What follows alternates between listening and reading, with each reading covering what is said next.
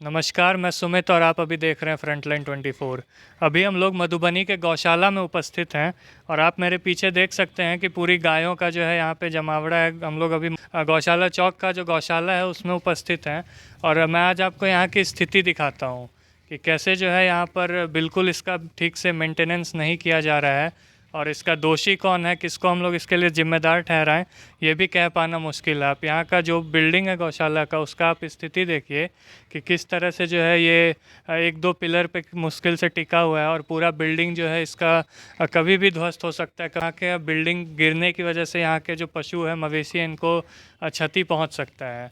पूरी तरीके से ये क्षतिग्रस्त गौशाला है जिसमें कुल अभी मुश्किल से 20-22 गायें हैं और वो भी जो है इनके थ्रू भी जो है दूध का उत्पादन बिल्कुल नहीं हो रहा है। यहाँ की स्थिति से आप बिल्कुल साफ साफ अंदाज़ा लगा सकते हैं कि किस तरह से जो यहाँ पे बारिश में भी कितनी ज़्यादा तकलीफ़ होती होगी, क्योंकि पानी का लीकेज साफ सिंपल दिखाई दे रहा होगा कि जब भी बारिश होती होगी तो यहाँ पे पानी से जो है पूरा पशुओं को जो प्रॉब्लम फेस करना पड़ता होगा। किसी तरह से जो है यहाँ पे बारिश से बचाव के लिए पशुओं का यहाँ पे जो है त्रिपाल वगैरह टांगा गया है, बट उसके थ्रू भी जो है ज़्यादा कुछ बचाव हो नहीं पा रहा है ख़ास ढंग से। मैं आपको इस ओर भी ले जाऊंगा और यहाँ की भी स्थिति दिखाने की कोशिश करूंगा कि किस तरह से जो है यहाँ पे प्रॉब्लम्स फेस करना पड़ रहा है यहाँ पे मौजूद पशुओं को भी और गौशाला का जो भी स्टाफ अभी यहाँ पे काम करता है उनको भी। अब आप इस ओर की स्थिति देखिए, यहाँ पे भी जो है ये पशुओं के लिए बनाया गया था, बट इसमें आपको नज़र आ रहा होगा कि एक भी पशु यहाँ पर नहीं है। ये जो आप पूरा बिल्डिंग देख रहे हैं ये भी गायों के लिए बनाया गया था, बट आपको यहाँ पे नज़र आ रहा होगा कि एक भी गाय यहाँ पर नहीं है और जो ये पूरा बिल्डिंग है, ये पूरा इंफ्रास्ट्रक्चर जो है बिल्कुल यूज़लेस कर दिया गया है। उस बिल्डिंग में जो, जैसा कि मैंने आपको पहले भी बताया कि कुल 22 गाय हैं, बट आप जहाँ कहीं भी गौशाला देखेंगे जो एक व्यवस्थित रूप से चल रहा है, वहाँ कहीं पे भी 20-22 गायों की संख्या नहीं होती है। कम से कम जो है 50-100 गायें एटलीस्ट ज़रूर होती है, ताकि 12 महीना जो है उनका दूध का साइकिल चलता रहे और दूध का जो उत्पादन है वो गौशाला के थ्रू लगातार बना रहे। बट इस गौशाला से अभी एट प्रेजेंट एक भी गाय ऐसी नहीं है जिनके थ्रू दूध का प्रोडक्शन हो रहा हो। तो गौशाला से 1 लीटर भी पूरे दिन में दूध नहीं आना, ये कितनी निराशाजनक बात है गौशाला के लिए, आप अंदाज़ा लगा सकते हैं।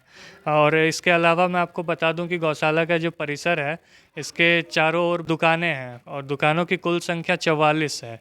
44 दुकानों का जो रेंट है वो 1100 से लेकर 6000 तक का वसूला जाता है, बट उसमें भी जो है कुल 10 से 11 दुकानें ही हैं जो रेंट दे रही हैं, जिस वजह से जो गौशाला का डेवलपमेंट है वो बिल्कुल रुक गया है, बिल्कुल भी नहीं हो रहा है।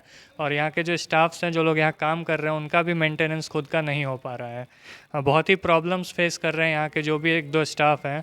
और गायों का मोह है जो उन्हें यहाँ अभी तक रोके हुए है, अदरवाइज़ वो लोग भी अपना कोई दूसरा रोज़गार ढूंढने में निकल पड़ते। बट हमारी उनसे ऑफ द कैमरा कुछ बातें हुई हैं जिसमें उन्होंने अपना सारा प्रॉब्लम्स हमें जाहिर किया और सबसे ज़्यादा जो मेन प्रॉब्लम्स उभर के उनका सामने आया वो यही है कि चारा भी वो जो है उधार ला ला के जो भी यहाँ पे 20-22 गायें हैं उनको खिला रहे हैं। और चारों का जो उन्होंने मुझे एक रकम बताया, सुन के मैं बहुत ही हैरान हूँ कि कुल 2-2.25 लाख का चारा जो है उन्होंने अभी तक उधार ले रखा है, जिसके लिए उनको बहुत ज़्यादा प्रॉब्लम्स फेस करना पड़ता है। दुकानों से जो 10-11 दुकानों से जो रेंट वसूली हो रहा है इनका, उसी के माध्यम से वो लोग अपना पेट भी पाल रहे हैं, उधार भी चुका रहे हैं और गायों का जो चारा वारा है वो भी आगे का खरीद रहे हैं।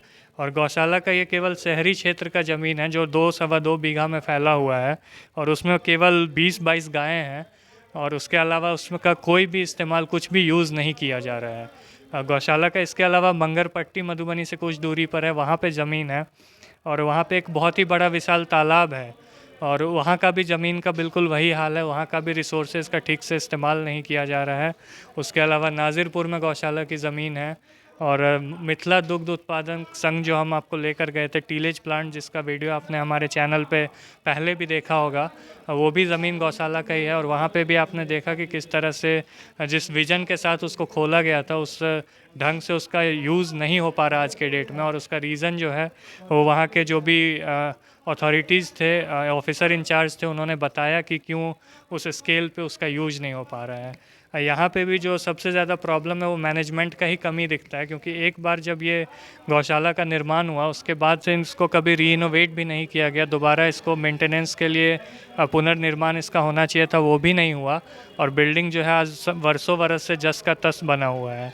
यहाँ पे बहुत सारे दुकानें हैं अलग अलग चीज़ का, आप देख पाते होंगे। जो भी लोग मधुबनी में रहते हैं वो यहाँ आते होंगे तो उन्हें पता होगा कि काली मंदिर जाने को जो सड़क है, वहाँ से लेकर चारों साइड, चारों चौहद्दी आप कह सकते हैं, दुकानों से भरा हुआ है। और सारा गौशाला का ज़मीन पे दुकान है, तो 80-85 हज़ार रुपये मिनिमम रेंट इनका वसूल हो जाना चाहिए था इन 44 दुकानों से। और जिसके थ्रू जो है इन सारे यहाँ के जो भी वर्किंग स्टाफ्स हैं उनका मेंटेनेंस हो, चाहे गौशाला का पूरा मेंटेनेंस हो, चाहे गायों का मेंटेनेंस हो, सारा अच्छी तरीके से सुचारू रूप से हो जाता। बट ऐसा नहीं हो पा रहा है आज के डेट में।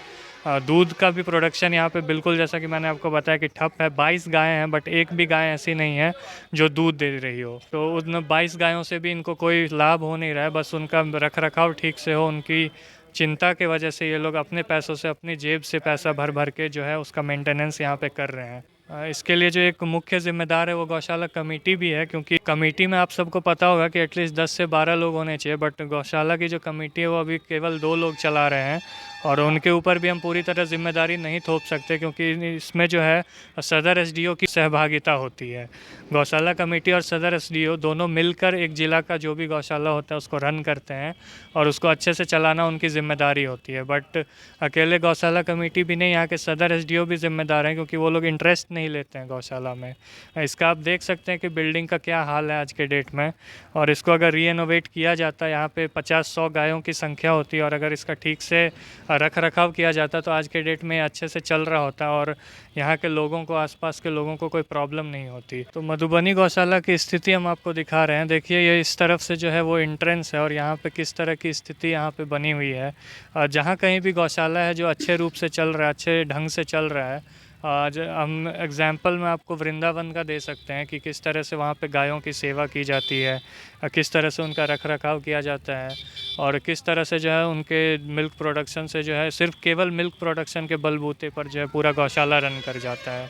बट क्योंकि आप सबको पता होगा कि मिल्क का अलग अलग प्रोडक्ट बनता है, केवल यही नहीं है कि दूध ही बिकता है, दही भी बिकता है, और अलग अलग प्रोडक्ट्स बनते हैं, घी बिकता है, बटर बिकता है।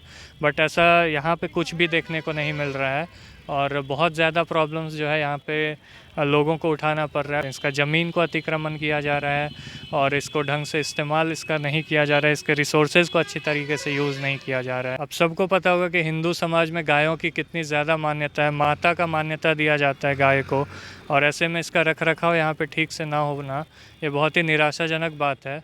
और गौशाला में एटलीस्ट एक एक गाय के ऊपर 2-2 स्टाफ काम करते हैं, बट यहाँ पे 22 गायों के लिए केवल 2 स्टाफ अपॉइंट किया गया है। तो आप सोचिए कि किस तरह का मेंटेनेंस यहाँ पे हो पाता होगा। और गायों का तो मेंटेनेंस का बात छोड़िए, जो 2 स्टाफ यहाँ पे अपॉइंट किया गया, उन 2 स्टाफ का भी जो है गौशाला कमेटी द्वारा ठीक से मेंटेनेंस नहीं किया जा रहा, उनको टाइम पे सैलरी नहीं मिलता है, और उनके खुद के मेंटेनेंस के लिए उनको लोगों की तरफ जाना पड़ता है, काफ़ी ज़्यादा प्रॉब्लम्स फेस करना पड़ता है। हम कोशिश करेंगे कि गौशाला का जो दूसरा ज़मीन हम आपको वहाँ पर भी लेके जाएं, और वहाँ की भी ग्राउंड रिपोर्ट आपको दिखाएं। तब तक के लिए आप हमारे साथ ऐसे ही बने रहिए, देखते रहिए फ्रंटलाइन 24। धन्यवाद।